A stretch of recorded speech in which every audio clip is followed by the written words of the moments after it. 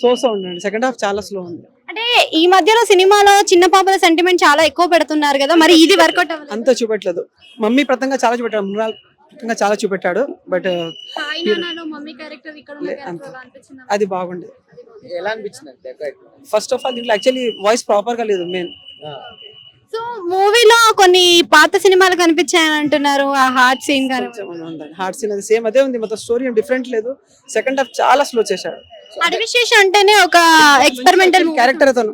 ఈ మూవీలో అసలు వాయిస్ సరిగా లేదు, అసలు సౌండ్ ప్రాపర్ గా లేదు అసలు దాంట్లో. సెకండ్ హాఫ్ చాలా స్లో ఉంది. సో దీన్ని తీయడానికి 2.5 years 3 years పట్టింది. సో వర్కౌట్ లేదండి. సో డిసప్పాయింట్ అయ్యారా క్లైమాక్స్?